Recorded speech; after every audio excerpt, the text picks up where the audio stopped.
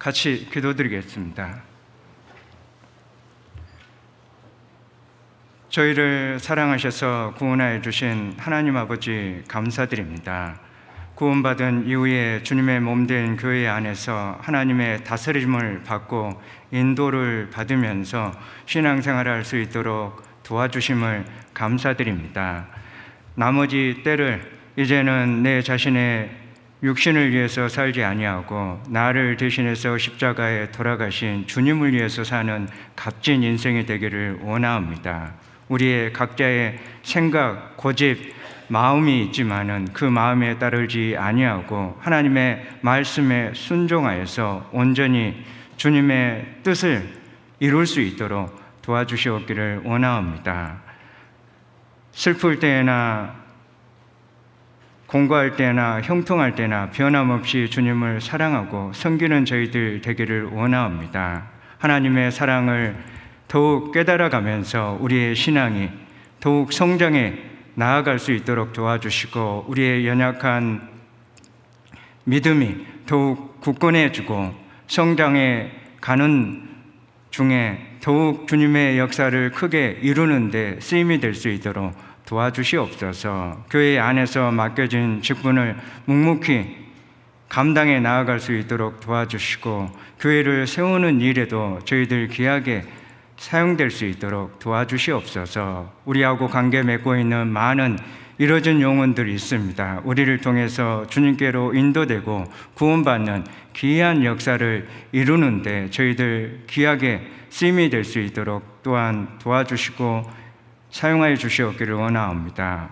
우리가 가지고 있는 것을 주님의 일에 기꺼이 드리는 헌신하는 그리스도인으로 살아갈 수 있도록 우리의 마음도 주장하여 주시고 우리의 삶 가운데도 함께하여 주시옵소서. 오늘 주일 형제자매님들 하나님의 말씀을 사모하는 마음으로 나와왔습니다. 각자에게 필요한 교훈을 더해 주셔서 그 말씀에 따라서 살아가는 삶이 될 수 있도록 도와주시고 축복하여 주시옵소서. 저희를 사랑하시는 예수님의 이름으로 기도드리옵니다. 아멘. 같이 성경 룻기 1장 말씀을 찾겠습니다. 룻기 1장 15절부터 18절 말씀까지입니다.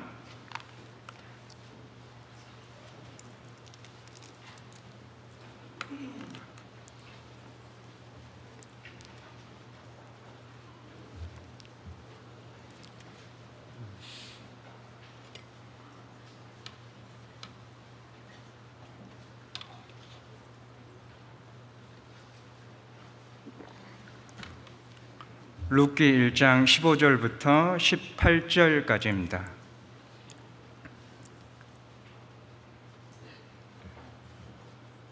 제가 읽겠습니다. 나오미가 또 가로되 보라 내 동서는 그 백성과 그 신에게로 돌아가나니 너도 동서를 따라 돌아가라. 룻이 가로되 나로 어머니를 떠나며 어머니를 따르지 말고 돌아가라 강권하지 마옵소서. 어머니께서 가시는 곳에 나도 가고 어머니께서 유숙하시는 곳에서 나도 유숙하겠나이다. 어머니의 백성이 나의 백성이 되고 어머니의 하나님이 나의 하나님이 되시리니 어머니께서 죽으시는 곳에서 나도 죽어 거기 장사될 것이라. 만일 내가 죽는 일 외에 어머니와 떠나면 여호와께서 내게 벌을 내리시고 더 내리시기를 원하나이다. 나오미가 룻의 자기와 함께 가기로 굳게 결심함을 보고 그에게 말하기를 그치니라. 2장 12절도 보시겠습니다. 2장 12절 말씀을 같이 읽겠습니다. 여호와께서 내 행한 일을 보응하시기를 원하며 이스라엘의 하나님 여호와께서 그 날개 아래 보호를 받으러 온 내게 온전한 상 주시기를 원하노라. 이 룻기는 사사 시대에 있었던 일입니다. 사사 시대는 다른 시대하고 달리 하나님께 불순종해서 심판을 받았던 시기였습니다. 신앙의 암흑이라고 말하기도 합니다. 하나님께 불순종해서 하나님이 징계를 내리시고 그들이 돌이키면은 회복을 해 주시고, 이스라엘은 또 망각하고 하나님께 불순종하면은 하나님이 징계를 내리시고 돌이키면은 회복해 주시는 그런 역사가 반복이 되는 시기였습니다. 이스라엘 민족은 계속 불순종했을 때 하나님이 징계를 계속 내리셨습니다. 이 모습을 보면 하나님이 얼마나 의로우신 분인 줄을 알 수가 있습니다. 무서운 하나님의 모습을 볼 수가 있습니다. 반면에 이스라엘이 언제든지 돌이키면은 하나님은 언제든지 그들의 불순종의 횟수와 상관없이 계속 하나님도 긍휼을 베풀어 주시고 그들이 돌이키면은 다시 용서해 주시고 회복을 해 주셨다는 겁니다. 하나님의 공의로움도 보이지만은 하나님의 긍휼하심, 사랑하심도 많이 나타났던 시기였다라고 말할 수가 있습니다. 사사 시대에 이스라엘 백성들이 왜 하나님께 불순종했느냐? 불순종에는 무슨 이유가 있느냐? 불순종하는 데에도 이유가 있습니다. 우리가 하나님께 불순종하는 주된 이유기도 합니다. 왜 하나님께 사람들은 불순종하느냐? 하나님의 말씀에 따르지 않는 주된 이유가 있습니다. 사사기의 결론과 같은 말씀이기도 합니다. 사사기 21장 25절 말씀입니다.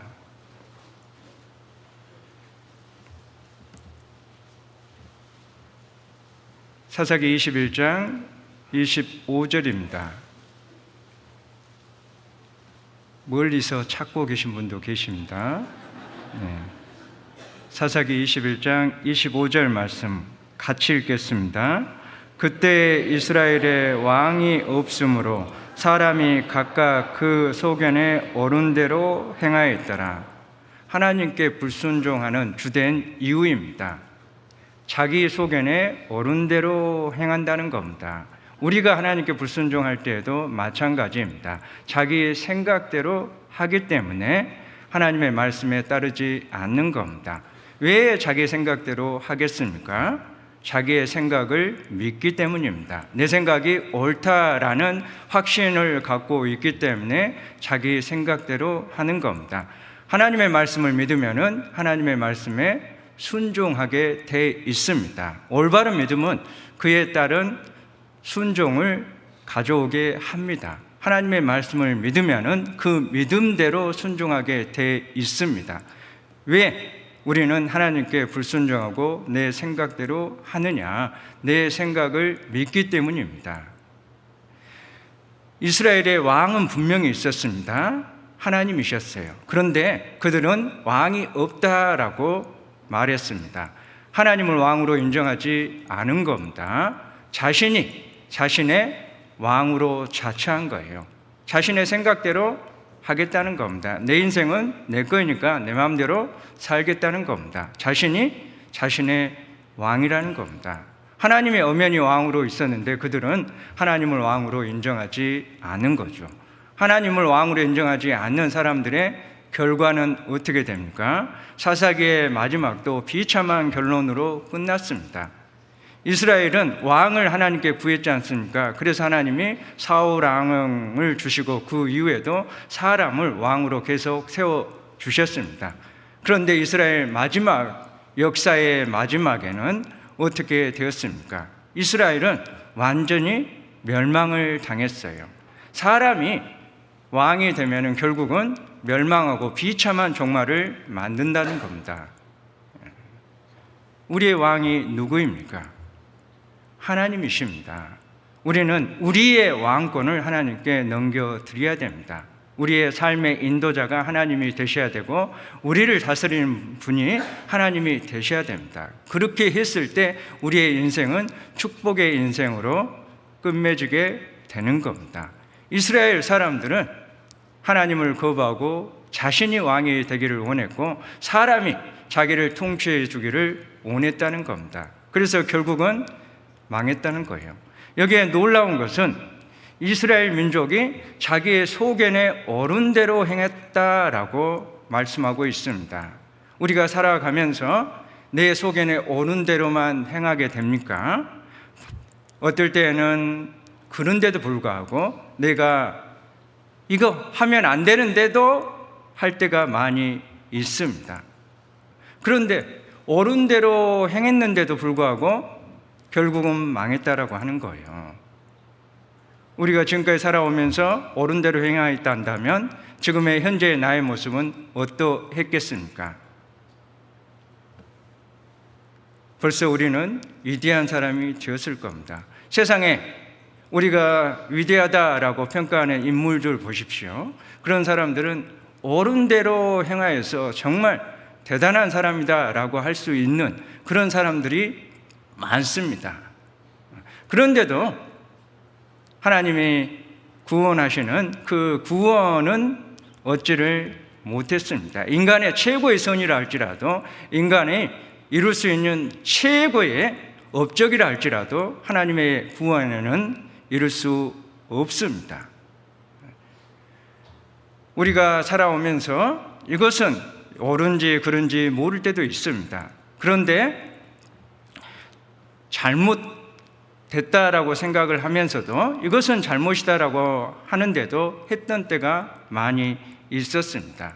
이스라엘은 자기의 소견에 옳은 대로 행하였다라고 하지만은 결국은 멸망했다 하지 않습니까? 이 말씀은 이스라엘 민족이 옳은 대로만 행하였다라고 하는 것이 아니라 자기의 판단대로 했다라고 하는 말씀입니다. 사사기의 마지막에는 민족끼리 싸우는 전쟁으로 끝나게 됩니다. 11개의 지파가 한 개의 지파가 전쟁을 벌여서 한 개의 지파가 거의 사라지게 될 지경에 이르게 됐습니다. 왜 그런 불행을 겪게 되었느냐? 민족 상잔의 비극을 맞게 되었느냐? 하나님께 불순종했지만은 그 민족끼리의 전쟁의 불씨가 한 가족의 비극에서부터 시작이 되었던 겁니다. 한 가족의 모습이라고 하지만은 이스라엘 민족의 신앙의 상태를 단적으로 보여주는 모습이다라고 할 수가 있습니다. 그 가정의 비극에서 시작해서 온 이스라엘이 전체가 불행해지는 결말이 났던 겁니다. 사사기 19장 말씀입니다. 사사기 19장 1절, 2절 말씀입니다.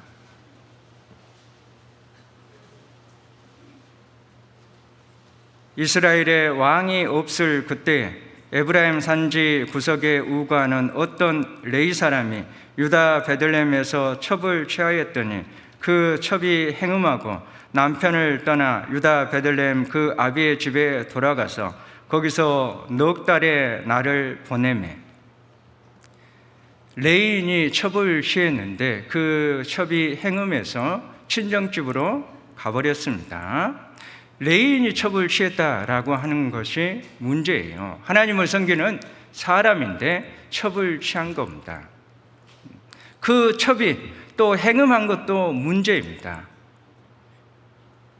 그 이스라엘 사이에 어떤 모습이 만연했는지를 보여주고 있습니다. 하나님을 섬기는 사람까지 타락할 지경에 이르렀다는 거예요.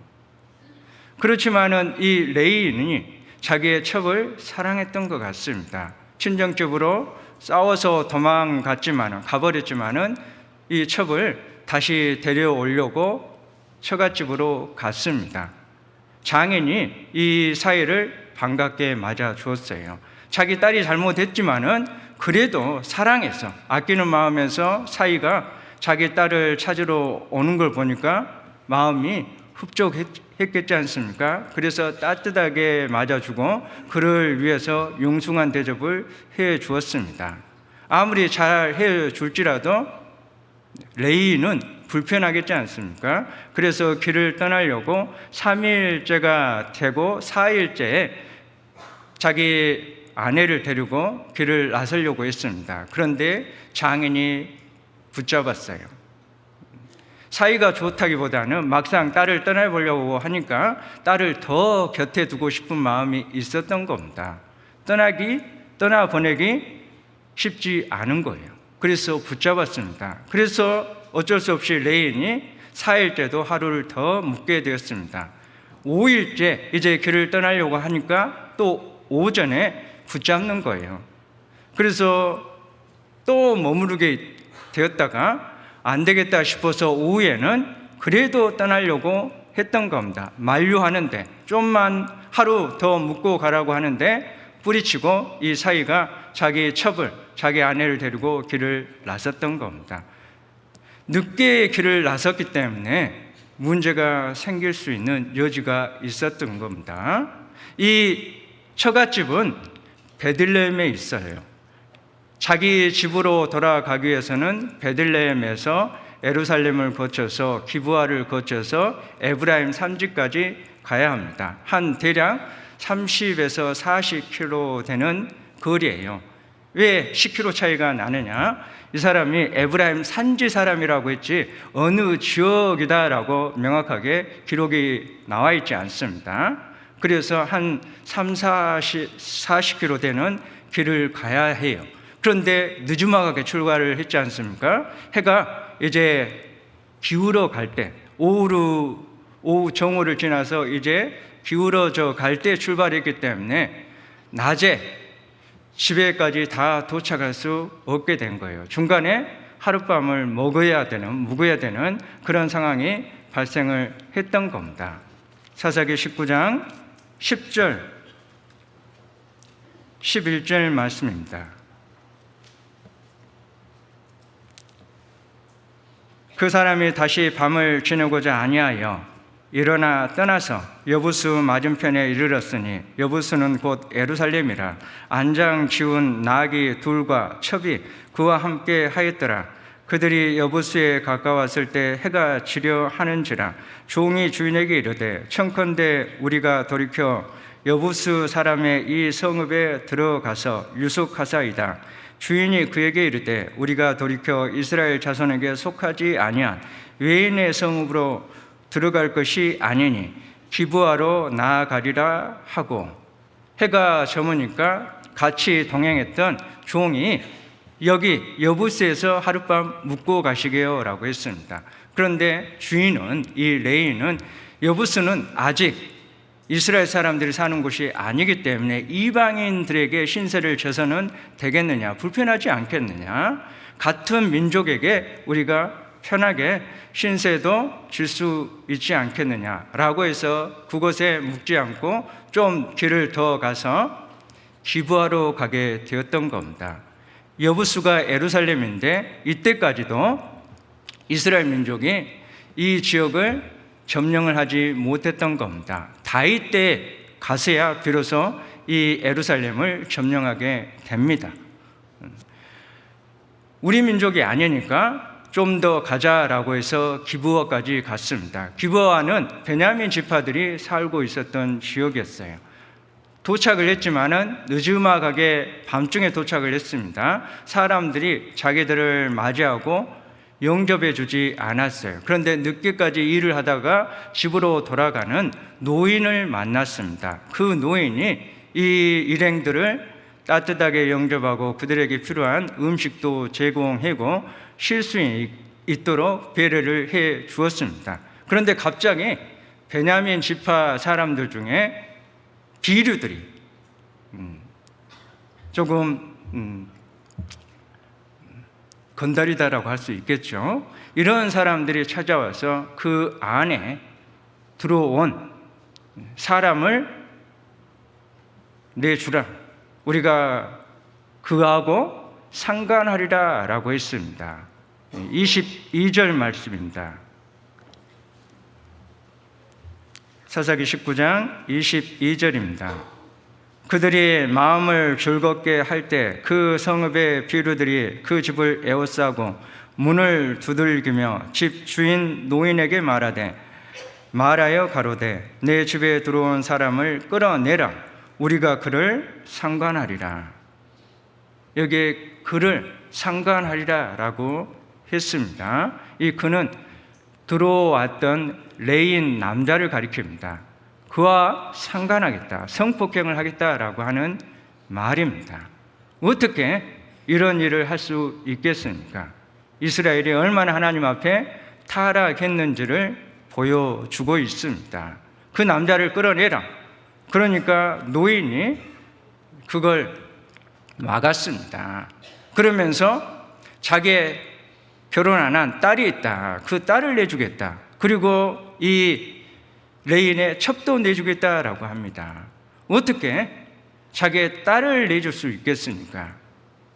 자기가 싸우서라도 죽더라도 자기 딸을 보호해야 하겠지 않습니까? 그런데 딸을 내주겠다라고 하고 있습니다.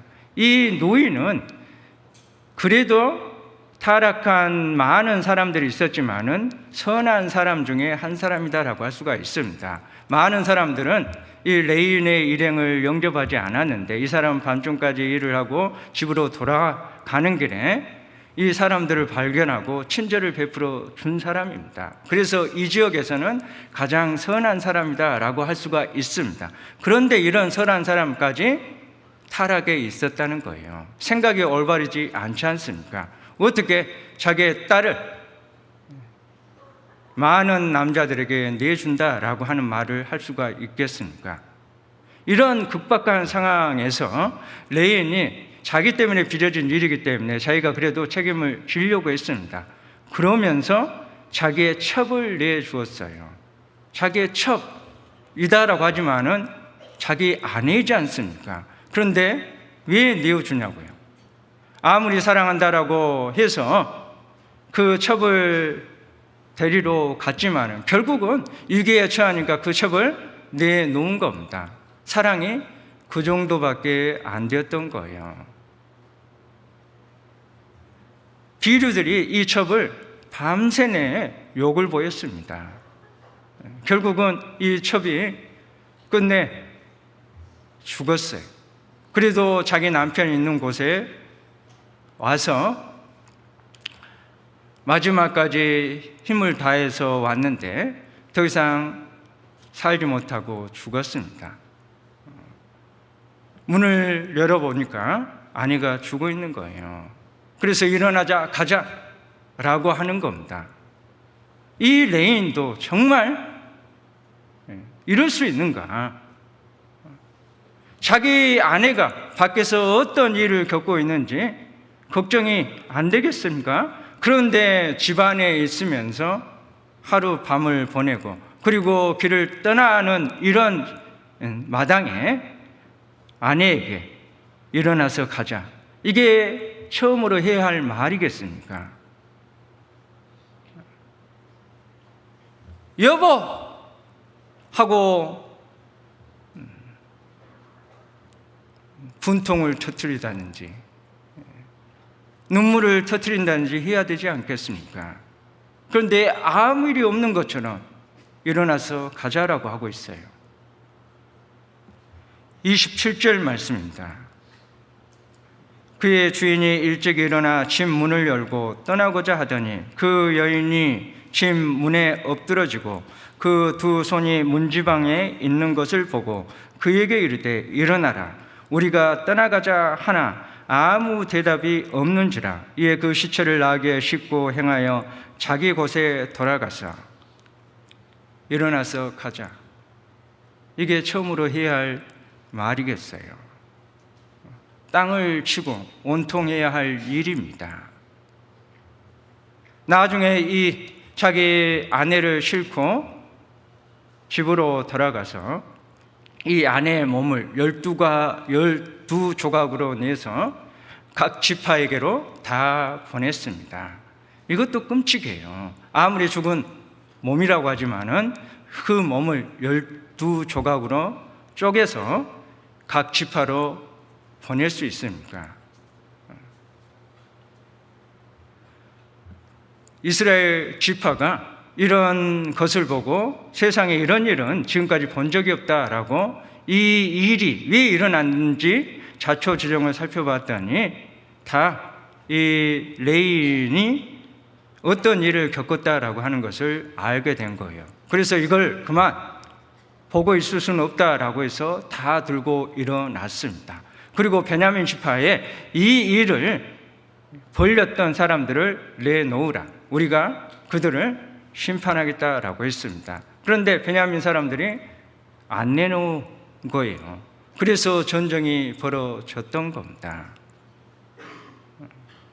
전쟁이 벌어졌는데 베냐민 지파가 2번이나 승리를 했어요. 왜 잘못했던 베냐민 지파가 전쟁에 피하고 심판을 받아야 하는데 그들이 오히려 승리를 하냐고요.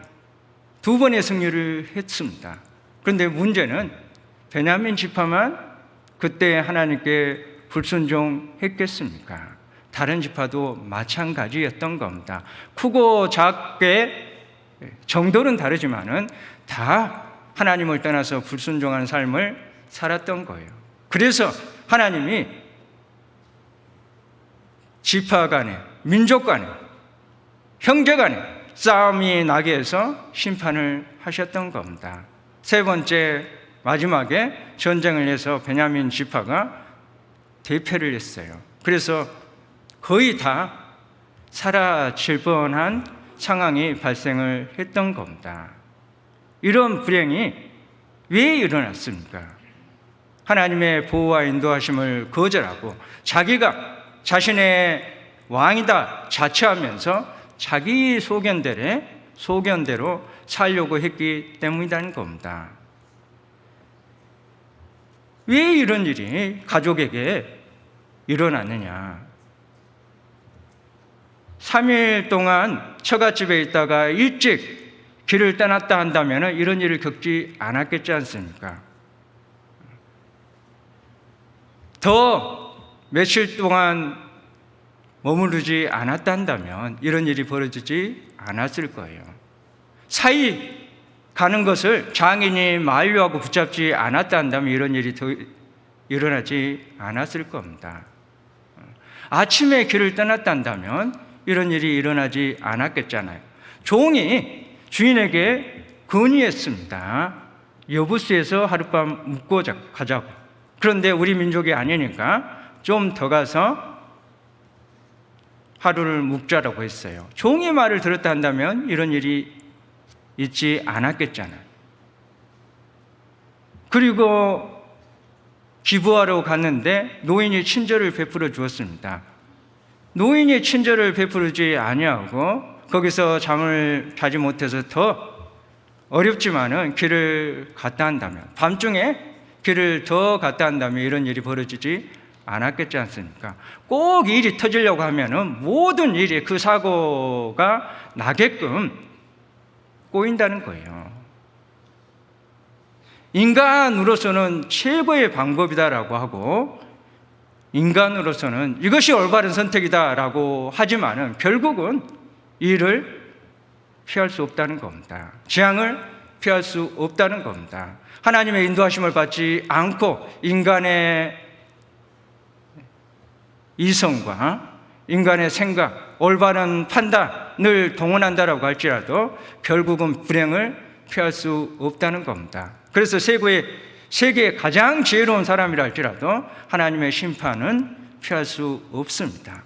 하나님의 인도하심과 보호를 받지 않는 사람은 어떠한 수단 방법을 동원할지라도 하나님의 재앙을 피할 수 없습니다. 이처럼 이스라엘 백성들은 하나님을 거부하면서 자기의 소견에 자기의 판단대로 살았던 겁니다. 그러한 때에 이방인 중에 하나님의 보호와 인도하심을 받겠다, 하나님을 왕으로 섬기고 싶다라고 하면서 하나님의 품으로 돌아왔던 사람이 있었습니다. 그 사람이 바로 룻이라고 하는 여인이에요. 이 룻은 모압 여인입니다. 이 모압은 하나님께 저주받은 백성이에요. 신명기 23장 말씀을 보시겠습니다.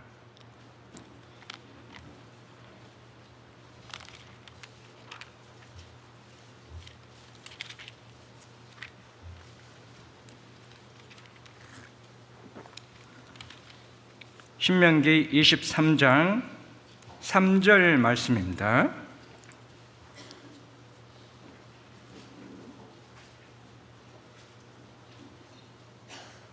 신명기 23장 3절입니다.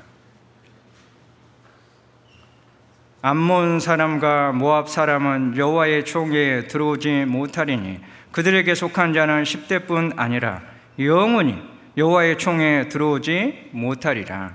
하나님의 저주가 선포된 족속들입니다.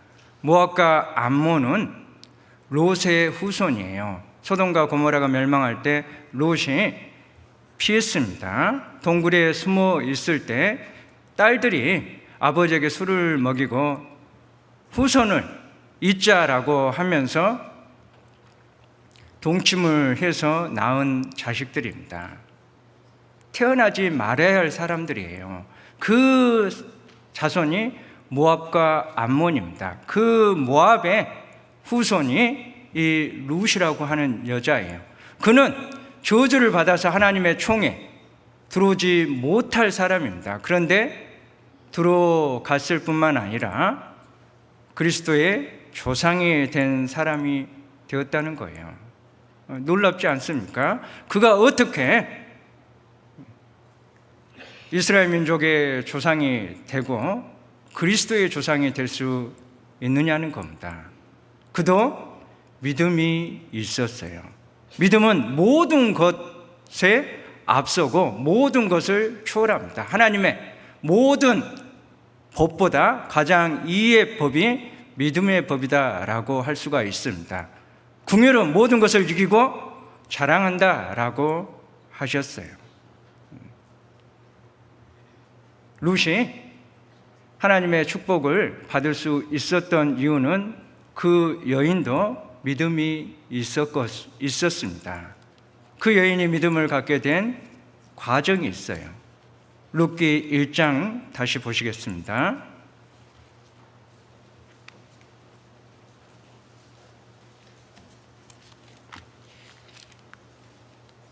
룻기 1장 1절부터 5절 말씀까지입니다.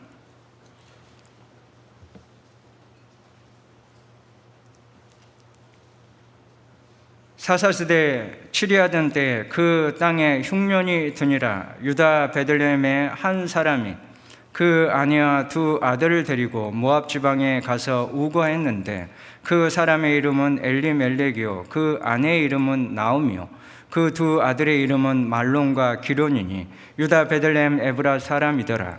그들이 모압 지방에 들어가서 거기 유하더니 나오미의 남편 엘리멜렉이 죽고 나오미와 그 두 아들들이 남았으며 그들은 모압 여자 중에서 아내를 취하였는데 하나의 이름은 오르바요 하나의 이름은 룻이더라. 거기 거한 지 10년 즈음에 말론과 기론 두 사람이 다 죽고 그 여인은 두 아들과 남편의 뒤에 남았더라. 이스라엘에 흉년이 들어서 엘리멜렉 가족이 모압 땅으로 이사를 갔습니다. 흉년이 든 이유는 그들이 하나님께 불순종했기 때문이에요. 하나님이 징계를 내리신 겁니다. 그들이 징계를 받고 모압 땅으로 이사한 겁니다. 하나님이 징계를 내리시는 이유는 이사하라고 하는 것이 아니고 돌이키라고 하는 겁니다. 그런데 보통 사람들이 어떤 문제를 닥치면 그것을 피하려고 자기 방법을 사용하게 됩니다. 하나님의 뜻은 그 자리를 지키며 돌이키라라고 하시는 겁니다. 그런데 그 자리를 이탈해버리고 다른 데로 이사를 했다는 거예요. 인간적인 방법으로 문제를 풀려고 했던 겁니다. 그래서 문제가 풀리기는 않고 오히려 그들에게 더 큰 재앙이 임하게 되었던 겁니다. 엘리멜렉이 죽고 그 두 아들 말론과 기론도 죽게 되었던 겁니다. 아마 엘리멜렉이 이사하자라고 가장 아버지니까 그 집안의 가장이기 때문에 주도했던 것 같아요.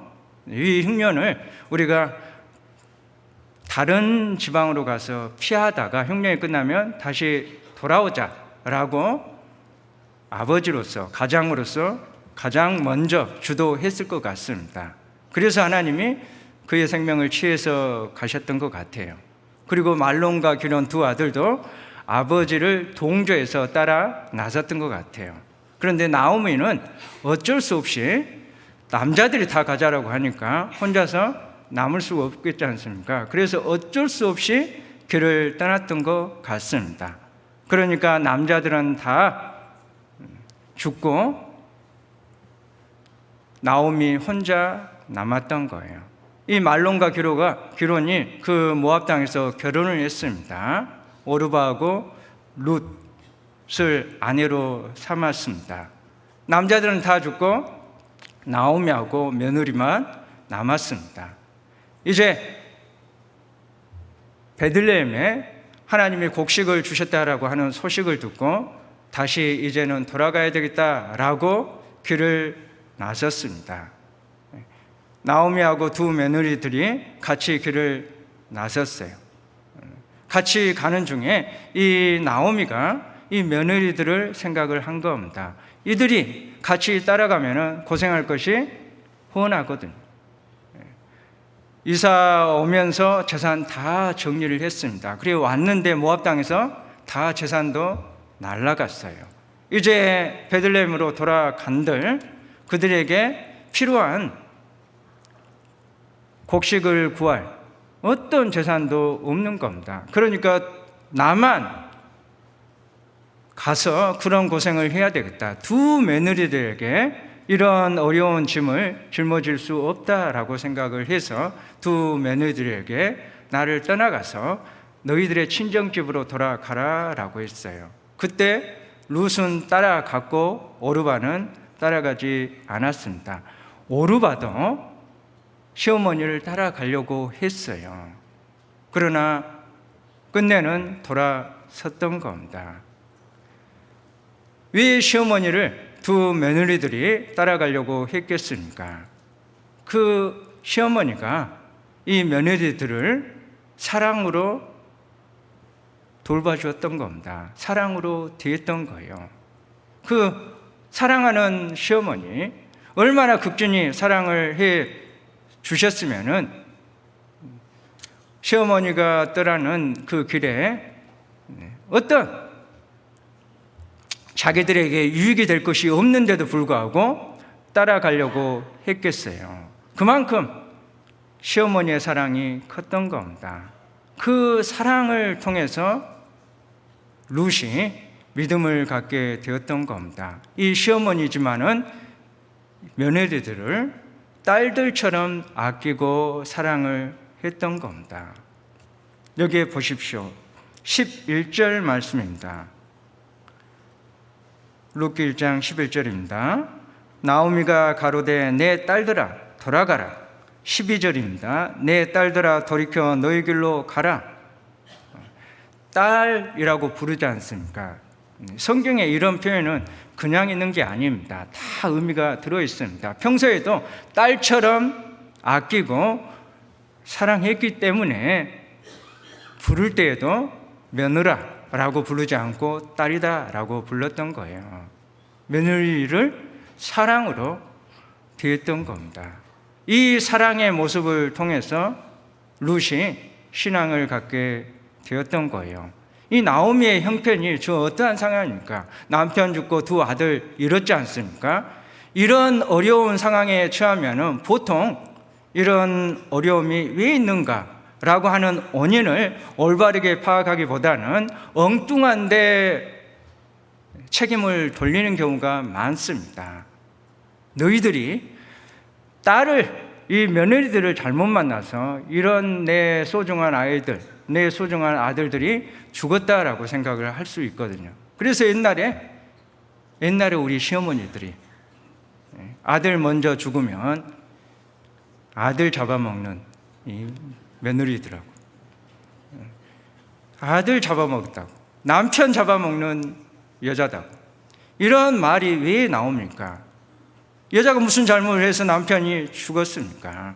그런데 괜한 책임을 또 넘기는 거예요.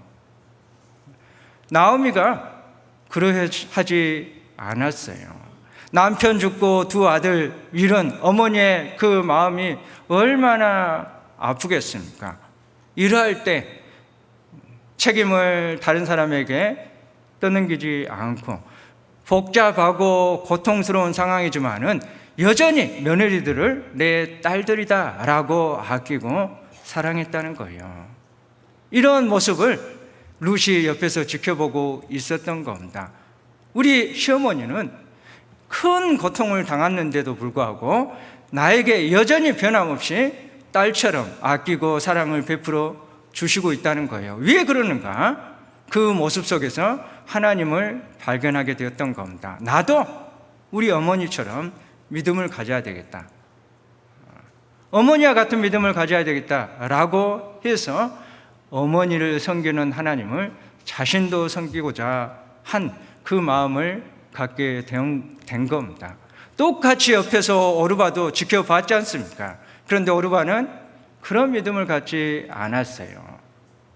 이런 경우가 많습니다. 예수님이 십자가에 달리실 때에도 두 강도가 옆에 달렸지 않습니까? 그런데 한 강도는 믿음을 갖게 되었지만은 한 강도는 전혀 믿음을 갖지 못했어요. 왜 그런 일이 생기는 걸까요? 하나님의 말씀을 곰곰이 묵상을 해봐야 됩니다. 깊이 있게 생각을 해봐야 됩니다. 그래야지 자신의 것이 됩니다. 하나님의 말씀을 통해서 믿음을 갖게 되는 겁니다. 전도 집회를 하면 많은 사람들이 말씀을 듣지 않습니까? 그런데 어떤 사람은 구원을 받고 어떤 사람은 구원을 받지 못하지 않습니까? 똑같은 모습을 보고 똑같은 말씀을 듣고 똑같은 시간에 똑같은 장소에서 있지만은 어떤 사람은 구원을 받지만은 어떤 사람은 전혀 믿음이 없는 사람이에요. 하나님의 말씀을 깊이 있게 생각하지 않았다는 겁니다. 왜 시어머니가 저렇게 변함없이 나를 아끼고 사랑해 주시는가? 지극한 사랑을 베풀어 주시는가? 룻은 깊이 있게 생각했다는 겁니다. 룻이 시어머니를 따라갈 다른 이유가 없습니다. 믿음이 아니고서는. 어머니를 따라가봤자 고생할 것이 뻔했습니다. 오르마는 그것을 알았어요. 시어머니가 이야기를 해줬습니다. 나를 따라가 본들 너희들이 고생하고 결혼도 못하지 않겠느냐. 그래서 너희 집으로 돌아가라 라고 한 겁니다. 오르마는 찬찬히 계산을 해봤더니 맞거든요. 내가 시어머니를 사랑을 합니다만 그래도 앞으로 미래가 불투명하고 어둡게 보이거든요. 내가 어머니를 사랑하지만은 내 미래까지 어두운데 시어머니 오직 사랑하는 그 마음 하나 가지고 살 수는 없겠다라고 돌아선 겁니다. 룻은 그런 걸 모르겠습니까? 룻도 다 생각이 있는 사람입니다. 룻도 다 내다볼 수 있어요. 고생할 것 뻔하고 따라가 본들 결혼하지 못할 거 예상이 됩니다. 자기는 또 남편을 잃어서 결혼을 실패했지 않습니까? 실패라고 하기보다는 그래도 사연이 있는 사람이 되었어요. 이방인인데 이스라엘 땅에 가서 어떤 남자가 나를 좋다라고 아내로 맞아 들여줄 건가? 그것도 걱정이 되는 내용이에요. 이런 어려움이 예상이 되지만은 룻은 시어머니를 붙잡았습니다. 다른 이유가 아니에요. 시어머니하고 따라가겠다라고 한 겁니다. 룻은 가난의 문제, 결혼의 문제보다 더 중요한 것은 믿음을 갖는 문제이다. 내가 가난하게 어렵게 살고 결혼도 못하는 일이 벌어질지라도 그런 상황에서도 하나님을 섬기겠다라고 한 겁니다. 세상에서 힘든 일이 있지만은 그보다 더 중요한 것은 하나님을 섬기는 문제다라고 생각을 했던 거예요. 룻기 1장 15절, 16절 말씀입니다. 나오미가 또 가로되 보라 내 동서는 그 백성과 그 신에게로 돌아가나니 너도 동서를 따라 돌아가라. 룻이 가로되 나로 어머니를 떠나며 어머니를 따르지 말고 돌아가라 강군하지 마옵소서. 어머니께서 가시는 곳에 나도 가고 어머니께서 유숙하시는 곳에서 나도 유숙하겠나이다. 하나님의 백성이 나의 백성이 되고 어머니의 하나님이 나의 하나님이 되시리. 어떤 어려움이 따른다 할지라도 나는 하나님이 함께하는 곳에 함께 하겠다라고 하는 겁니다. 이스라엘 백성들은 자기의 소견에 옳은 대로 행하면서 하나님을 등지고 사는 삶을 택했지만은 룻은 어떠한 어려움이 있다 할지라도 하나님이 계시는 곳에, 하나님이 함께 하시는 곳에 함께 하겠다는 겁니다. 하나님의 인도와 보호하심을 받겠다는 겁니다. 하나님의 다스림을 받겠다는 거예요. 어떠한 어려움이 있어도 하나님을 왕으로 섬기고 싶다는 겁니다. 그런 믿음이 있었기 때문에 앞으로 어려움이 닥친다라고 할지라도 그 어려움을 뚫고 가겠다라고 하는 결심을 한 겁니다. 그 결심하는 모습을 보고 나오미가 포기했어요. 같이 가자라고 한 겁니다. 나오미가 믿음이 있는 여자였어요. 며느리들을 주님의 사랑으로 사랑을 한 겁니다. 그 사랑을 통해서 룻이 하나님을 알게 되고 믿음을 갖게 된 겁니다. 왜 우리가 서로 사랑해야 하느냐?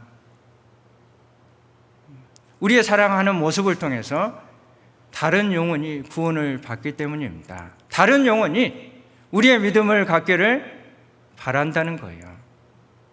우리가 다투고 티격태격하고 나누어지는 모습 속에서는 절대 구원받는 역사가 일어나지 않습니다. 우리의 무슨 모습을 보고 다른 사람들이 우리도 당신과 같이 되기를 원합니다 라고 하겠습니까? 우리의 사랑하는 모습을 통해서. 구원받지 않은 영혼들은 우리의 교리를 잘 알지 못합니다. 이단과 올바르게 전하는 그런 교리를 구별을 하지 못해요. 우리의 뭘 보고 우리의 믿음을 갖기를 원하겠냐는 거예요. 우리가 서로 사랑하는 모습을 통해서 나도 저런 모습으로 살고 싶다. 나도 저런 믿음을 갖고 싶다. 라는 소원을 갖는 겁니다. 그래서 우리가 사랑해야 한다는 거예요. 이건 감정적인 사랑이 아닙니다. 누가 나를 사랑하면 나도 사랑하고, 누가 나를 미워하면 나도 미워하고, 누가 나를 차갑게 대하면 나도 차갑게 대하는 그런 감정적인 사랑이 아니에요. 나에게 좋지 않게 대하고 툭툭 쏘는 말을 하고 마음의 상처도 주지만은 우리는 여전히 사랑할 수가 있습니다. 따뜻하게 대해주고 그를 위해서 기도하고 애의 있게 대하고 존중하고 높여주고 주님의 일을 하는데 협력하면 그게 사랑하는 거예요. 그런데 보통 우리는 그런 사랑을 생각하지 않고 내가 좋으면은 내가 하니까 해야 되겠다. 이렇게 생각을 하는 겁니다. 하나님 저에게 사랑하는 마음을 주십시오. 그래야지 제가 사랑을 하겠습니다. 이처럼 하나님께 마음을 갖기를 기도하는 것은 맞지만은 그런 사랑하는 마음이 없다 할지라도 주님의 사랑으로 사랑할 수가 있습니다. 구원받은 주님의 사랑이 있어요. 여전히 형제자매가 나를 따뜻하게 대하지 않고 매몰차게 대하고 상처를 주지만은 같은 형제 자매입니다. 사랑하라라고 하셨어요. 사랑할 수 있어서 사랑하는 게 아니라 사랑하라라고 하셨습니다. 사랑할 수가 있습니다. 여전히 따뜻하게 대하고 그를 존중하고 그에게 친절을 베풀면 사랑하는 겁니다. 그래서 성경은 사랑하라라고 말씀하셔요. 내가 그렇게 하고 있다면 사랑하는 겁니다. 사울이 다윗을 죽이려고 계속 따라다녔습니다. 거의 15년 넘게 죽이려고 했어요. 여러분들 형제 자매님들 중에 나를 15년 넘게 죽이려고 하는 그런 형제 자매가 있습니까? 그런데 다윗은 사울을 죽이지 않았어요. 다윗이라고 이 사울에 대한 원망, 미움이 없었겠습니까? 있었습니다. 그러나 그걸 누르면서 죽일 기회도 있었지만은 죽이지 않았습니다. 그러면서 하나님께 부탁했어요.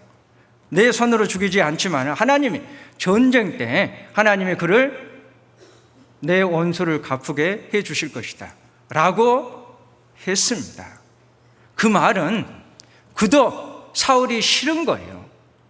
그러나 자기 손으로 원수를 갚지 않았다는 겁니다. 참은 겁니다. 여전히 사랑으로 대해 주었어요. 그게 사랑인 겁니다. 다윗은 골리앗을 무찌를 때 대단한 믿음을 갖고 있었습니다. 그러나 하나님은 그러한 믿음을 갖고 있을 때 그를 왕으로 세웠던 게 아닙니다. 어떠할 때 왕으로 세우셨느냐? 그가 온수까지 사랑하는 성숙한 신앙이 되었을 때 비로소 그를 왕으로 세웠던 거예요. 우리도 다윗처럼 형제 자매가 얻을 때는 속상하게 해서 싫은 마음, 불편한 마음, 미운 마음도 있겠지만 그걸 드러내지 않고 누르면서 여전히 따뜻하게 대하고 존중하고 높여줄 수가 있습니다. 그 형제자매님을 위해서 기도할 수가 있어요. 그것이 하나님이 원하시는 사랑입니다. 그런 사랑의 모습을 보고 하나님이 축복해 주시지 않겠어요? 그런 사랑의 모습을 보고 영혼을 붙여주지 않겠습니까? 나오미는 룻을 사랑했습니다. 룻이 그런 시어머니를 보고 믿음을 갖게 되었던 겁니다. 또 나오미의 믿음이 드러나는 부분이 있습니다. 룻기 1장 19절 말씀입니다.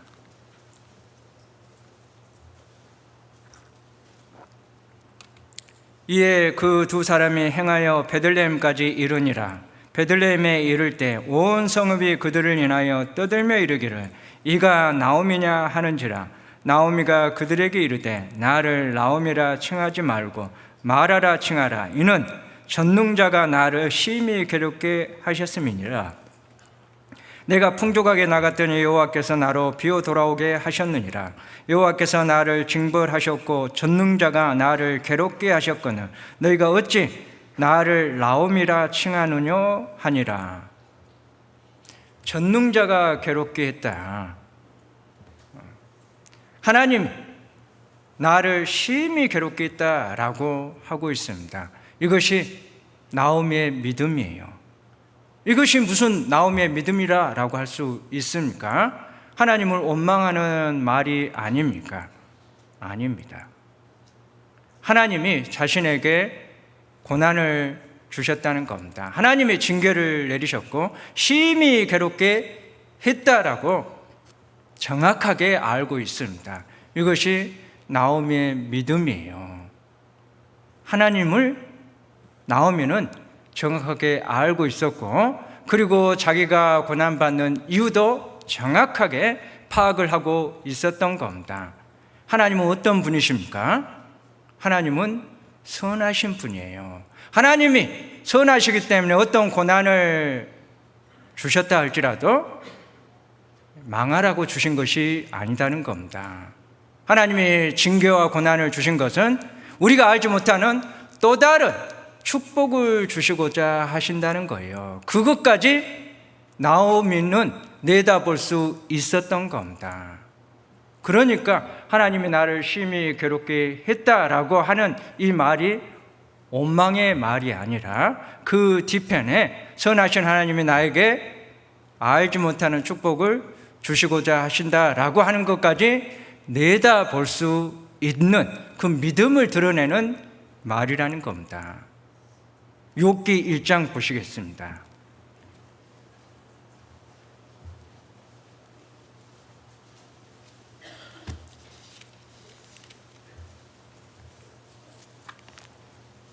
욥기 1장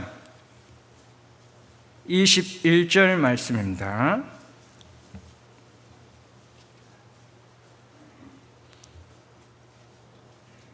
욥기 1장 21절입니다.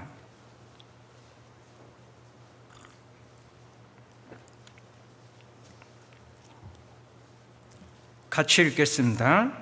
가로되 내가 모태에서 적신이 나왔사온즉 또한 적신이 그리로 돌아가올지라. 주신 자도 여호와시오 취하신 자도 여호와시오니 여호와의 이름이 찬송을 받으실지니이다 하고, 주신 자도 여호와시오 취하신 자도 여호와시니 여호와의 이름이 찬송을 받으실지로다 라고 했습니다. 우리는 주실 때만 찬송할 때가 많습니다. 취하여 가실 때에는 원망할 때가 많습니다. 그런데 욥이 어떻게 주실 때뿐만 아니라 취하여 가실 때에도 하나님을 찬송하냐는 거예요. 하나님이 취해서 가셨다 한다면 하나님이 선하신 분이기 때문에 분명히 선한 뜻이 있음을 알았던 겁니다. 분명히 주신 이유도 있고 취하신 이유도 있다는 거예요. 그 이유가 선하다는 겁니다.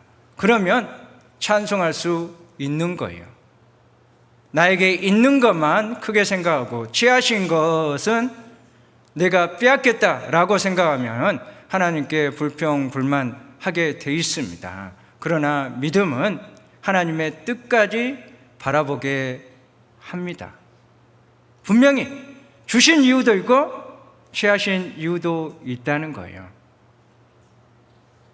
그리고 취하여 가셨지만은 하나님이 취하여 가신 중에 함께 하신다는 거예요.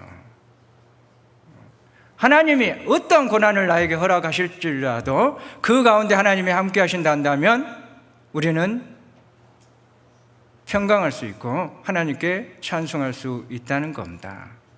나에게 물질적인 풍요로움을 주셨지만 그 안에 하나님이 없단다면, 하나님이 안 계신다면 결코 축복이 아닙니다. 우리는 그러한 일을 안타깝게 생각을 하고 그렇지 않아야 되겠다라는 마음을 가져야 할 겁니다. 그러나 하나님이 나에게 주실 때도 있지만 취하여 가실 때 나에게 고통도 주시지만 그 가운데 하나님이 함께 하신다면 감사하고 그 가운데 하나님께 찬송하고 영광을 돌려야 한다라고 생각을 합니다. 나오미는 하나님이 나에게 고통을 주셨지만 분명 하나님의 선하신 뜻이 있겠구나. 고통을 주셨지만 그 가운데 하나님이 함께 계시면 나는 만족한다 라는 믿음을 가졌던 거예요. 룻은 시어머니를 따라가서 실제 예상했던 것과 마찬가지의 어려움을 당했습니다. 한 끼 먹을 것도 걱정을 해야 할 형편이었어요. 그래서 이삭 죽기 하러 나아갔습니다. 이삭을 하루 종일 주워본들 얼마나 죽겠습니까? 한 끼 먹을 것도 걱정을 하는 형편이었습니다. 어디로 가야 되나? 어디로 가서 또 죽는단 말이냐? 누가 나를 반겨주고 쫓지는 않겠는가? 이런 거 걱정을 하겠지 않습니까? 아마 룻은 믿음의 여인이었기 때문에 모든 것을 기도하고 하나님의 인도하심을 바라면서 나아갔을 겁니다. 하나님의 인도하심이 있었어요. 룻기 2장입니다.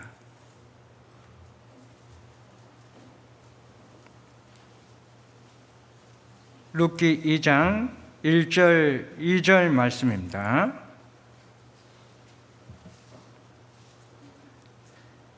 나오미의 남편 엘리멜렉의 친족 중 유력한 자가 있으니 이름은 보아스더라. 모압 여인 룻이 나오미에게 이르되 나로 밭에 가게 하소서. 내가 네게 은혜를 입으면 그를 따라서 이삭을 죽겠나이다. 나오미가 그에게 이르되 내 딸아 갈지어다 하매 룻이 이삭 죽기로 나아갔는데 하나님이 인도해 주셨습니다. 보아스의 밭에 가게 되었던 거예요. 우연히 그 밭에 가게 되었던 것은 아닙니다. 3절입니다. 룻이 가서 베는 자를 따라 밭에서 이삭을 줍는데 우연히 엘리멜렉의 친족 보아스에게 속한 밭에 이르렀더라. 이 우연이라는 말씀은 우리에게 이해를 돕기 위해서 인간적인 입장에서 기록을 한 겁니다. 그러나 하나님에게는 우연이 없잖아요. 사마리아 여자가 예수님을 만났습니다. 우연히 우물에서 만났던 것이 아니라 예수님의 계획과 의도하심이 있어서 만나는 겁니다. 삭개오를 만날 때도 마찬가지입니다. 예수님이 뽕나무 아래로 우연히 지나가셨던 게 아닙니다. 뽕나무 위에 올라가 있는 삭개오를 만나기 위해서 그 길을 굳이 택하셨던 거예요. 우연히가 아닙니다. 하나님의 계획이 있어요. 하나님의 인도하심이 있습니다. 하나님이 믿음이 있는 룻을 믿음이 있는 보아스하고 만나게 해 주시려고 그 밭으로 인도하신 겁니다. 우리는 앞일을 알지 못하지 않습니까? 아무리 우리가 계산을 하고 철두철미하게 준비한다 할지라도 앞일을 우리가 계획하지 못해요. 정확하게 알지 못합니다. 하나님이 인도해 주셔서 믿음이 있는 보아스하고 만나게 해 주신 거예요. 룻이 보아스를 만난 것이 축복이다 할 수 있습니다. 그런데 그보다는 보아스가 룻을 만난 게 더 큰 축복이에요. 보아스는 믿음이 있었을 뿐만 아니라 성숙한 믿음의 사람이었습니다. 4절 말씀입니다. 마침 보아스가 베들레헴에서부터 와서 베는 자들에게 이르되 여호와께서 너희와 함께 하시기를 원하노라. 그들이 대답하되 여호와께서 당신에게 복 주시기를 원하나이다. 이 보아스가 베는 종들에게 이와 같이 말하고 있습니다. 여호와께서 너희와 함께 하시기를 원하노라. 이 말을 통해서 보아스가 어떤 믿음의 사람인지를 알 수가 있습니다. 그들이 하나님의 복을 받기를 원하는 마음을 갖고 있었어요. 종들이지만은 그들에게 하나님의 축복이 임하기를 바라는 마음이 있었습니다. 이런 마음이 있으면은 종들을 어떻게 대하겠습니까? 그의 말과 행동이 평소에 어떠했겠습니까? 마음 함부로 대하면서 하나님의 복 받기를 원합니다라고 하면 그게 맞는 행동이겠어요? 마음이 이러했기 때문에 평소에도 종들을 하나님의 복을 받을 수 있게끔 돕고 따뜻한 말을 하고 그들에게 하나님의 축복으로 인도하고자 하는 그런 삶을 살았다라고 할 수가 있습니다. 그러니까 이 종들도 보아스에게 화답하고 있어요. 여호와께서 당신에게 복 주시기를 원하나이다. 진정으로 받아들였기 때문에 평소에도 보아스가 자기들에게 진정한 사랑과 마음으로 대해주고 그들을 위해서 항상 희생했다라고 하는 것을 알기 때문에 그 종들도 보아스에게 이런 좋은 말로 화답을 하고 있는 겁니다. 여호와께서 당신에게 복 주시기를 원하나이다. 이 말은 다른 말로 하면은 당신 같은 사람이 하나님의 축복을 받아야 된다라는 말이에요. 어떠한 사람이 하나님의 축복을 받아야 하겠습니까? 당신과 같은 사람이 하나님의 축복을 받아야 됩니다. 여호와께서 당신에게 복 주시기를 원하나이다. 우리 그리스도인들이 이방인들에게 이런 말을 듣는다 한다면 영광이다라고 생각합니다. 당신과 같은 사람에게 하나님이 복 주시기를 원하나이다. 당신과 같은 분이 하나님의 축복을 받는 것이 마땅합니다. 우리 형제 자매님들 사이에도 이렇게 다른 분에게 평가를 받는다면, 말을 듣는다면 정말 잘 살고 계신다라고 할 수가 있을 겁니다. 보아스는 하나님께 축복을 받아야 할 사람이었습니다. 진정 보아스가 축복을 받게 되지 않습니까? 이거 빈말이 아니에요. 그들이 바라는 대로 하나님이 응답해 주셨어요.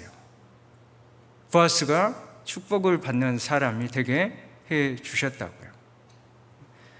종들에게만 이렇게 했던 게 아니라 이방인에게도, 이방인 조그만 여인인 룻에게도 되었던 겁니다. 사람을 차별하지 않고 누구에게든지 아랫사람이라고 해서 쉽게 볼 수 있는 사람이라고 해서 함부로 되었던 것이 아님을 알 수가 있어요. 룻이 이 보아스의 밭에 왔을 때 보아스가 그 여인도 다른 종들과 똑같이 대 주었습니다. 이방인 여자이기 때문에 다른 사람들로부터 무시당하고 따돌림 당하고 괴롭힘을 받을 수가 있거든요. 그래서 보아스가 특별히 이 룻을 도와주려고 했어요. 8절입니다. 2장 8절입니다. 보아스가 룻에게 이르되 내 딸아 들으라. 이삭을 주우러 다른 밭으로 가지 말며 여기서 떠나지 말고 나의 소년들과 함께 있으라. 그들의 베는 밭을 보고 그들을 따르라. 내가 그 소년들에게 명하여 너를 건드리지 말라 하였느니라. 목이 마르거든 그릇에 가서 소년들의 기러운 것을 마실지니라.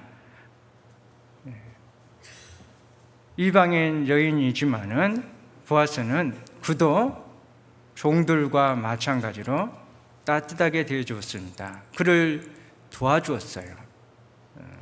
그를 보호해 주었습니다. 그를 보호해 준 또 다른 이유가 있어요. 평소에도 이유 없이 도와주기도 했던 사람이지만은 이 룻은 다른 특별한 이유가 있어서 더 돕고자 했던 겁니다. 11절입니다. 보아스가 그에게 대답하여 가로되 내 남편이 죽은 후로 내가 시모에게 행한 모든 것과 내 부모와 고국을 떠나 전에 알지 못하던 백성에게로 온 일이 내게 분명히 들렸느니라. 룻이 시모에게 어떻게 했는지, 왜 자신의 고국을 버리고 이스라엘 땅으로 왔는지 그 이유를 들어서 알고 있었던 거예요. 그 마음이, 룻의 마음이 귀했기 때문에 그를 더 챙겨주고 싶고 도와주고 싶고 보호해주고 싶었던 거예요. 이것이 이 보아스의 마음뿐이었겠습니까? 하나님의 마음이 이렇다는 겁니다. 왜 고국을 버리고 왔겠느냐? 이런 여자에게 하나님도 돕고자 하는 마음이 있다는 겁니다. 그 마음을 하나님이 보아스에게 주신 거예요. 이건 보아스의 마음일 뿐만 아니라 하나님의 마음이기도 합니다. 시모에게 잘한 거예요. 시어머니는 며느리들을 딸처럼 사랑하십시오. 시집살이 새키지 마십시오. 결혼할 때 시어머니 되실 분한테 한 며느리를 얻었다 하지 마시고 딸을 얻었다 하시고 딸처럼 대해주십시오라고 하지만은 말처럼, 주례사의 말처럼 잘 되지 않지 않습니까? 우리 그리스도인들은 달려야 된다라고 생각합니다. 주님의 사랑을 받았기 때문에 그 사랑으로 며느리들도 정말 딸처럼, 정말 풀리지 않는 문제이지만은 오랜 시대 동안 잘 풀리지 않은 문제예요. 시어머니하고 며느리 사이. 그러지만은 사랑으로 대해 주십시오. 하나님이 그런 모습을 통해서 한 영혼을 건지십니다. 그리고 며느리들은 여기에 룻이 시어머니에게 잘 해드린 것처럼 시어머니에게 잘하셔야 됩니다. 내가 받을 것만 생각하지 마시고 나도 해야 할 바를 해야 됩니다. 시어머니에게 잘하십시오. 그러면 하나님이 복을 주신다니까요. 하나님의 마음이에요. 내가 시어머니에게 한 것, 고국을 떠난 일을 하나님이 기억하시고 축복을 해 주시려고 하신다는 겁니다. 12절 말씀입니다. 이 12절 말씀은 또 한 번 읽겠습니다. 여호와께서 내 행한 일을 보응하시기를 원하며 이스라엘의 하나님 여호와께서 그 날개 아래 보호를 받으러 온 내게 온전한 상 주시기를 원하노라. 하나님의 보호를 받으러 온 룻에게 온전한 상 주시기를 원한다라고 구하고 있습니다. 보아스가 종들로부터 하나님께서 당신에게 복 주시기를 원하나이다, 이 말을 들은 거하고 마찬가지로 보아스도 그 말을 들은 거예요. 하나님께서 당신에게, 이 여자에게 축복해 주기를 원합니다. 하나님의 상 주시기를 원하나이다. 이 말씀도 아까처럼 말할 수가 있습니다. 누가 축복을 받아야 되겠습니까? 당신과 같은 여자가 하나님의 축복을 받아야 합니다. 하나님의 축복을 받기에 합당합니다 하는 말을 들은 거예요. 이 룻도 실제로 하나님의 축복을 받게 되지 않습니까? 이 빈말이 아니에요. 그대로 하나님이 복을 주셨습니다. 종들에게 보아스가 특별히 부탁을 했습니다. 이삭을 주면서 일부러 더 떨어뜨리라 라고 했어요. 보리를 수확하는데 이삭을 일부러 더 떨어뜨리라 라고 특별 지시 부탁을 했던 겁니다.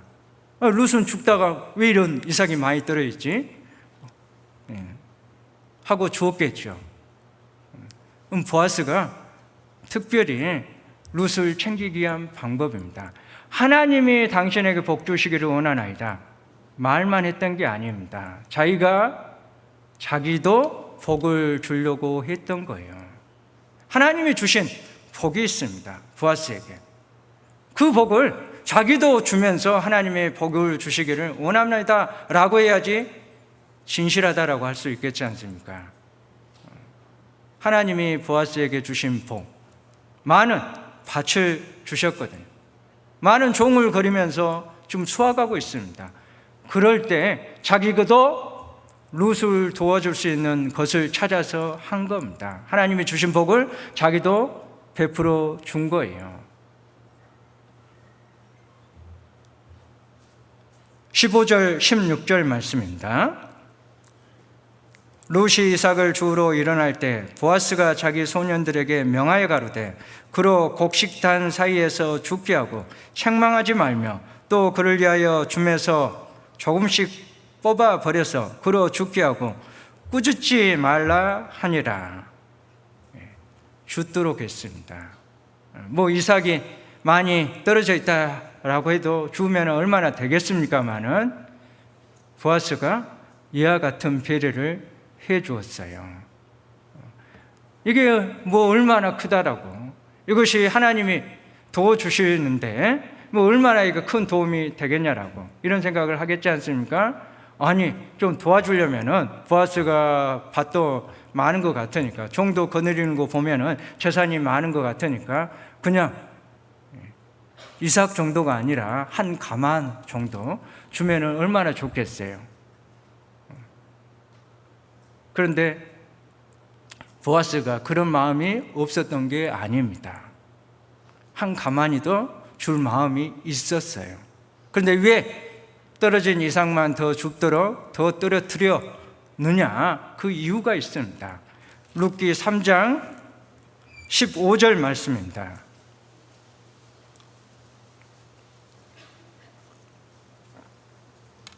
보아스가 가로되 내 겉옷을 가져다가 펴서 잡으라. 펴서 잡으니 보리를 6번 대어 룻에게 이어 주고 성으로 들어가니라.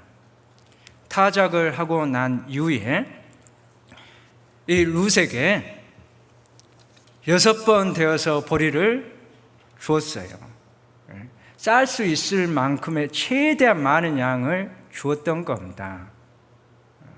주고 싶어 했었고 최대한 많은 양을 주었던 겁니다. 마음이 없었던 게 아니에요. 그러나 상황이 달랐습니다. 이때는 타작을 했거든요. 아까는 보리를 베고 있는 수확철이었어요. 아직은 타작을 안 했거든요.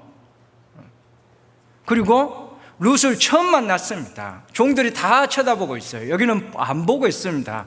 단 둘이 있었거든요. 그러니까 자기가 줄 수 있을 만큼의 최대한 주었습니다. 가마가 있었으면 거기다 담아줬을 겁니다. 그런데 룻이 그걸 들쳐미고 가느냐가 문제지 않습니까? 갈 수 있을 만큼의 6대가 아니라 6번 되어 준 겁니다. 그러나 처음 만난 룻에게 한 가만히 줄 수 있겠습니까? 그리고 지금 타자가 할 때가 아니라 지금 베고 있는 겁니다.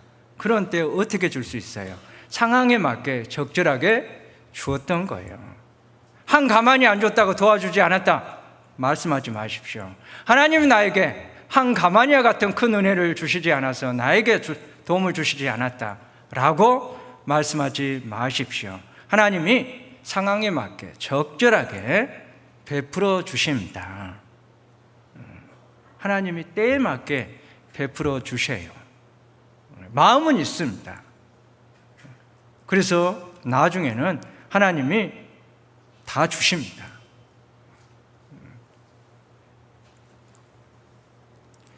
우리도 돌아보면은 이삭과 같이 유난히 많이 떨어진 은혜가 있었다는 거예요.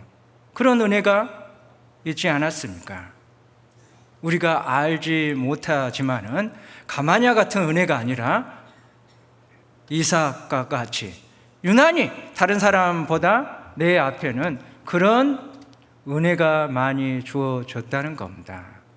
하나님이 필요한 만큼의 은혜를 우리에게 주신 것을 알고 하나님께 감사할 수가 있습니다. 룻에게 그런 하나님의 은혜가 주어졌던 거예요. 결국 룻과 보아스는 결혼을 하게 되었습니다. 이스라엘의 고엘 제도라고 하는 이런 제도를 통해서 룻이 보아스하고 결혼을 하게 되었습니다. 이 고엘 제도라고 하는 것은 자손을 이을 때라든지 기업을 이을 때라든지 보복을 할 때 쓰는 제도입니다. 친족이라든지 가족이 대신해서 기업을 물어주고 또 대신해서 자손을 잇게 해주고 또 대신해서 억울한 일을 당해서 죽게 되었을 때 보복할 수 있는 제도예요. 이것은 하나님이 이스라엘 공동체를 보호하고자 하는 의미로 주신 제도이기도 하지만은 근본적으로는 예수 그리스도가 우리의 고엘이다라고 하는 것을 알려주시고자 하시는 겁니다. 우리의 기업은 하나님이 주시고자 하시지 않습니까? 그 준비된 기업은 예수님을 통해서 받게 되는 겁니다. 우리의 원수는 예수님을 통해서 다 되갚아 주셔요. 그래서 내 손으로 갚지 않고 주님께 맡기라고 하시는 겁니다. 맡기는 거예요. 참는 겁니다. 그렇지만 복음을 전하면 그게 사랑하는 겁니다. 원수지만은 어떻게 사랑합니까? 그 영혼을 위해서 기도하고 복음을 전하는 것이 진정 사랑하는 거예요. 우리의 고엘은 예수 그리스도이다. 이 고엘이라고 하는 의미가 구속자다, 보호자다라고 하는 의미가 있습니다. 이런 고엘 제도를 통해서 보아스와 룻이 결혼을 하게 되었습니다. 이 보아스하고 결혼을 해서 오벳을 낳게 됩니다. 이 오벳이 이새를 낳았고 이 이새가 다윗을 낳지 않습니까? 다윗의 중조모가 룻이에요. 이것을 룻은 알았겠습니까? 룻은 알지 못했습니다. 룻기 4장입니다. 룻기 4장 18절부터 22절입니다. 베레스의 세계는 이러하니라. 베레스는 헤스론을 낳았고 헤스론은 람을 낳았고 람은 아미나답을 낳았고 아미나답은 나손을 낳았고 나손은 살몬을 낳았고 살몬은 보아스를 낳았고 보아스는 오벳을 낳았고 오벳은 이새를 낳았고 이새는 다윗을 낳았더라. 이 룻기는 다윗이 왕이 되고 난 이후에 기록한 성경입니다. 다윗의 족보가 어떻게 되는지를 밝히기 위해서 기록을 한 거예요. 다윗의 믿음은 쭉 거슬러 올라가면은 룻의 믿음이 있다는 겁니다.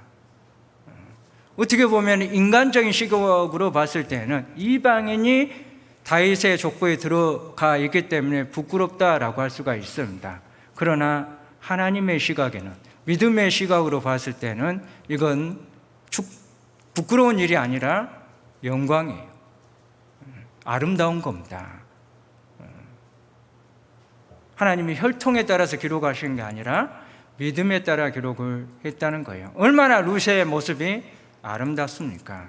다윗의 족보가 아름답다는 거예요. 이 족보는 마태복음 1장과 연관이 되어 있습니다. 연결되어 있습니다. 마태복음 1장 말씀을 찾겠습니다. 마태복음 1장 5절 6절 말씀입니다.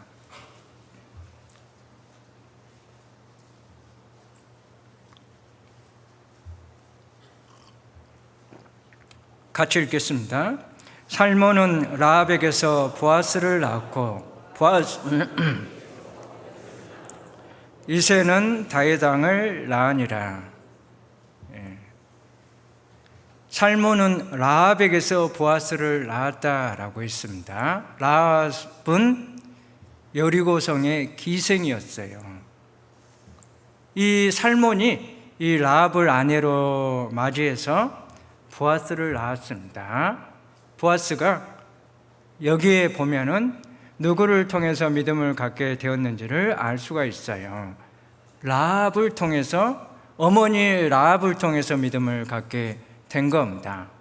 보아스가 어머니를 보고 배웠습니다. 나도 어머니와 같은 믿음을 가져야 되겠다. 나도 어머니와 같은 여자를 얻어야 되겠다. 살몬도 대단하지만은 보아스도 대단합니다. 믿음을 따라서 어머니와 같은 여자를 얻어야 되겠다라고 마음을 정한 거예요.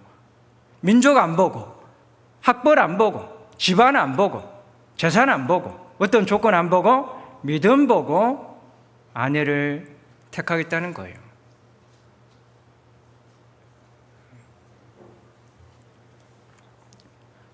이 보아스가 나이를 많이 먹고 룻과 결혼을 한 거예요. 아까 보셨지 않습니까? 룻기 2장에 보아스가 룻을 봤을 때 뭐라고 불렀습니까? 내 딸아라고 했어요. 딸만큼의 나이 차이가 있었던 겁니다. 보아스가 오랜 기간 동안 결혼을 안 하고 있었던 겁니다. 못했던 게 아니라 안 하고 있었던 것 같습니다. 왜 안 하고 있었겠습니까? 그동안 어머니와 같은 믿음을 가지고 있는 여자를 만나보지 못했던 거예요. 어머니와 같은 믿음이 있는 여자를 기다리는데 안 보이는 겁니다. 그러다가 룻을 보게 된 겁니다. 아, 이 여자라면 우리 어머니도 이방인 여자인데 뭐가 문제냐고. 믿음이 있지 않냐. 우리 어머니 훌륭한 분이시다. 나도 이런 믿음이 있는 룻, 우리 어머니하고 똑같은 믿음이 있는 이 여인을 내 아내로 삼아야 되겠다라고 기다리다가 만난 겁니다. 어떻게 그렇게 보십니까? 너무 보아스를 좋게 보는 거 아닙니까? 누구를 그럼 좋게 봐야 되겠습니까? 이런 보아스 같은 사람은 좋게 봐야 됩니다. 보아스가 이런 룻을 만나서 오벳을 낳고, 오벳이 이새를 낳고, 이셋이 다윗을 낳았던 겁니다. 그 당시에는 룻이 다윗의 조상이 될 거 몰랐습니다. 자기가 죽고 난 후에 알았겠죠. 그리고 더군다나 예수 그리스도의 조상이 될지를, 예수 그리스도의 족보에 들어갈지를 어떻게 알았겠습니까? 나중에 천국에 가서야 알게 되었을 겁니다. 룻은 단순히 하나님의 보호와 인도하심을 받고 하나님을 왕으로 섬기겠다라고 하는 마음으로 왔을 뿐인데, 그에게 주어진 축복이 얼마나 큽니까? 그가 가난의 문제도 해결하고 결혼도 하게 되는 그런 하나님의 도움을 받고 내가 이런 은혜를 받았구나라고 하나님께 감사하게 되었을 겁니다. 그러나 그가 살아 있을 때는 하나님이 주시는 얼마나 큰 축복, 상상할 수 없는 축복은 알지를 못했습니다. 그러나 천국에 가서 하나님의 어떠한 축복을, 그 축복을 나에게 주시는지를 그제서야 비로소 알게 되고 정말 하나님께 찬송과 영광을 돌렸을 거예요. 나 같은 사람이 예수 그리스도의 족보에 들게 해주시냐고.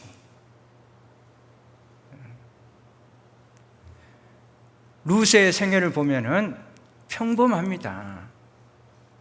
오르바도 자기 집으로 돌아가서 가난하지 않고 또 남자 만나서 결혼을 했겠지 않습니까? 룻도 똑같습니다. 겉으로 드러나는 모습은 동일하지만은 뭐가 다릅니까? 오르바는 하나님의 인도하심과 보호가 없었던 거예요.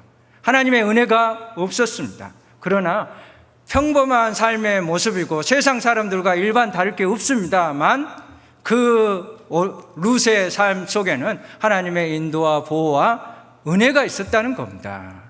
어떠한 삶을 우리는 추구해야 되겠습니까? 우리 삶 가운데 기적과 같은 남들과 특별한 그런 일은 없습니다. 구원받지 않는 세상 사람들과 우리의 삶의 모습은 별반 다르지 않지만은 그 안에 하나님의 인도와 보호가 있고 하나님의 은혜가 있다는 겁니다. 뿐만 아니라 천국에 가면은 우리가 상상하지도 못하는 축복이 우리에게 준비되어 있다는 겁니다. 그걸 안다면 우리는 어떠한 삶을 살아야 하겠습니까?